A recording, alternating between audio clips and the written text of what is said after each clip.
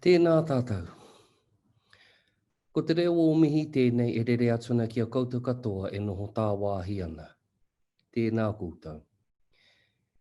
As we near the end of 2020, the most challenging to date for many of us around the globe, I want to connect with you, our international indigenous doctoral scholars on the island of Maui and in Washington state.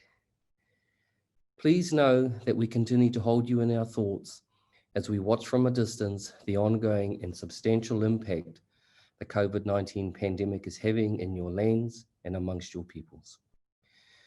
I am astounded at what Professor Mera Penehira has shared with me in regards to a resilience and continued grit and determination you have maintained in regards to your study.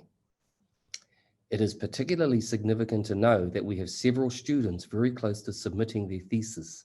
Well done. We know that not all of you have been able to keep up though, and I want to encourage you to reconnect with Mera when you're able to, and consider a reset on your doctoral journey if needed and if you're able. You will be well supported via our online platforms, including the Keynote Speaker Series to start again in 2021, and our Zoom writing and discussion times. In closing, I wish you all the best for a positive end of year, and may you share great whānau time as we head into Christmas and the festive season.